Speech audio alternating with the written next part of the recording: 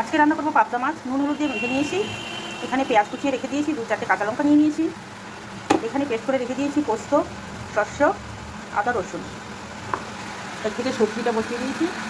সবজিটা নামানোর পরে মাছটা রান্না করে নেব। সামান্য কালো জিরে দিয়ে দিলাম মাছ ভাজা তেলের মধ্যে, আর দিয়ে দিলাম সামান্য কাশ্মীরি লঙ্কা গুঁড়ো।